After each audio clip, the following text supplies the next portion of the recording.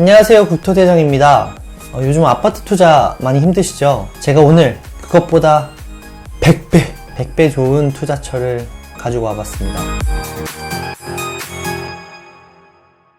바로 오피스텔인데요. 일명 아파텔이라고도 부릅니다. 약간 아파트스럽다고 해서 아파텔이라고 부르는데, 우리가 흔히 알고 있는 전용 25평 정도, 아파트로 따지면 공급 면적 25평 정도를 아파텔이라고 부릅니다. 이게 왜 좋냐? 생활하기에도 아파트스러워서 좋고, 또 요즘에는 아파트 단지에서 한 동을 아파텔이라고 부르면서 거기에서 주거지와 또 함께 상업지라든가 이런 것도 이용할 수 있기 때문에 거의 그냥 아파트라고 볼 수 있어요.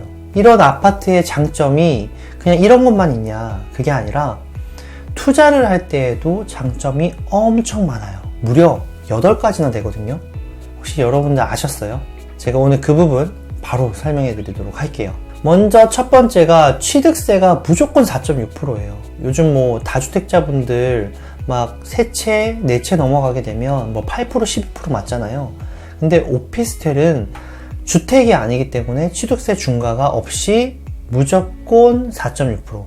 내 주택이 몇 채든 상관없어요. 그냥 4.6%. 그래서 다주택자분들한테는 좀 많이 유리할 수 있겠죠. 그리고 두 번째는 법인으로도 가능하다. 이건 뭐냐면 오피스텔 같은 경우에는 주택이 마찬가지로 아니기 때문에 종부세라고 하는 보유세를 내지 않게 됩니다. 근데 단 여기서 주거 목적으로 사용할 때는 아니에요. 제가 이 부분은 나중에 세금 얘기할 때 따로 이야기를 한번 드릴게요. 그리고 또 있어요. 오피스텔을 매입해서 대출을 진행하는 경우 대출이 나올까요? 안 나올까요? 나옵니다. 다주택자와 법인 모두 대출이 가능해요. 대신 중도금 대출이 아니라 담보대출의 경우는 나오는 거죠. 매매가와 전세가의 갭으로도 또 맞출 수가 있겠죠. 근데 여기서 잠깐 여러분들이 보통 법인으로 전세를 맞춘다고 하면 전세를 잘 못 맞추지 않나요? 라고 이야기하시는 분들이 많아요. 이게 맞는지 안 맞는지 제가 딱 정해드릴게요. 이거 됩니다. 근데 간혹가다 중개사분들이 안 된다고 하세요. 왜냐면 중개사분들이 안 되는 이유는 크게 두 가지거든요. 첫 번째가 오피스텔 법인으로 맞춘 적이 많이 없어요. 특히 지방 같은 경우에는 더하고요. 수도권, 서울 같은 경우에는 좀 낫지만 지방 같은 경우에는 그런 사례가 별로 없기 때문에 이게 좀 힘든 부분이 있어요. 잘 모르기 때문에. 그리고 두 번째 같은 경우에는 세입자들이 좀 꺼려하죠. 그러다 보니까는 중개하시는 분들이 이 중개가 수월하지 않겠죠. 그러니까 아무래도 좀 보수적으로 잘 안 하려고 하시는 분들이 있죠. 그래서 이런 두 가지 이유 때문에 중개사 분들이 법인으로 전세 세팅하는 것들을 좀 꺼려한다. 이렇게 볼 수 있는데, 그래서 간혹 이제 딱 가셨을 때 이렇게 이야기해요. 법인이 주인이면 대출 안 돼요. 제가 다 알아봤는데 안 돼요. 이렇게 얘기하시는 경우 있어요. 근데 이거는 되세요. 단 서울보증보험인지 허그보증인지 정확하게 체크하셔야 돼요. 서울보증보험은 안 돼요, 진짜. 단 허그보증은 된다는 거.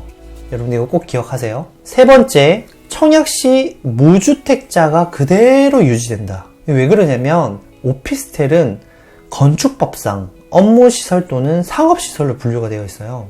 한마디로 주택으로 그냥 보지 않는다는 거죠. 그래서 무주택 상태에서 오피스텔을 보유하더라도 특별공급 같은 거 있죠. 청약에서 1순위 청약도 할 수 있고 특별공급 청약도 할 수 있다.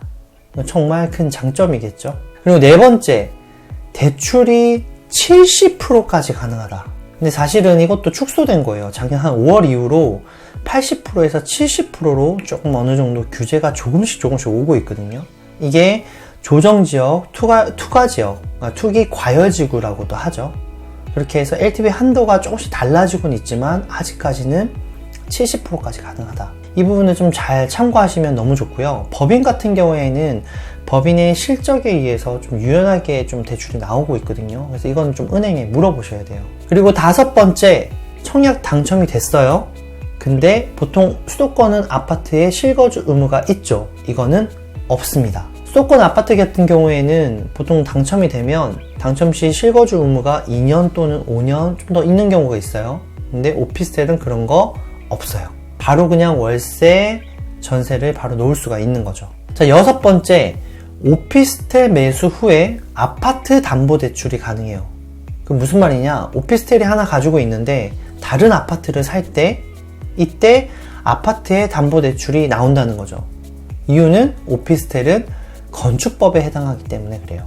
다음 7번째, 오피스텔을 청약 또는 분양권으로 매입을 했어요. 중도금 대출이 60%까지 가능하세요. 그러니까 한마디로 계약금 10%만 있으면 잔금 때까지 그냥 가져갈 수가 있고, 또 그때 뭐 전월세를 줄 수도 있지만은 대출 70%를, 아파트 담보대출 70%를 받아서 입주를 할 수도 있겠죠. 근데 아까 제가 말씀드렸어요. 법인은 중도금 대출이 안 나온다. 이 부분은 꼭 참고하셔야 돼요. 자, 마지막 8번째, 자금 조달 계획서를 제출하지 않으셔도 됩니다. 보통 이제 아파트 또는 빌라 같은 경우에는 조정 지역에서 매수를 하게 됐을 때 이 자금 조달 계획서를 꼭 제출하라고 하는 경우가 있어요. 괜히 찝찝하게. 근데 오피스텔은 뭐 투가든 조정 지역이든 상관없이 자금 조달 계획서를 제출할 의무가 없습니다. 여러분, 이 8가지 여러분 알고 계셨어요?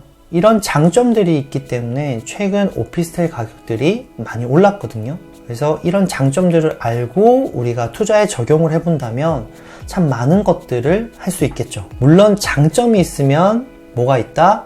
단점도 있겠죠. 이 단점은 제가 다음 시간에 알려드리도록 할게요. 그럼 오늘 영상 봐주셔서 고생 많으셨습니다. 우리 다음 시간에 또 단점을 가지고 만나도록 할게요. 그럼 안녕.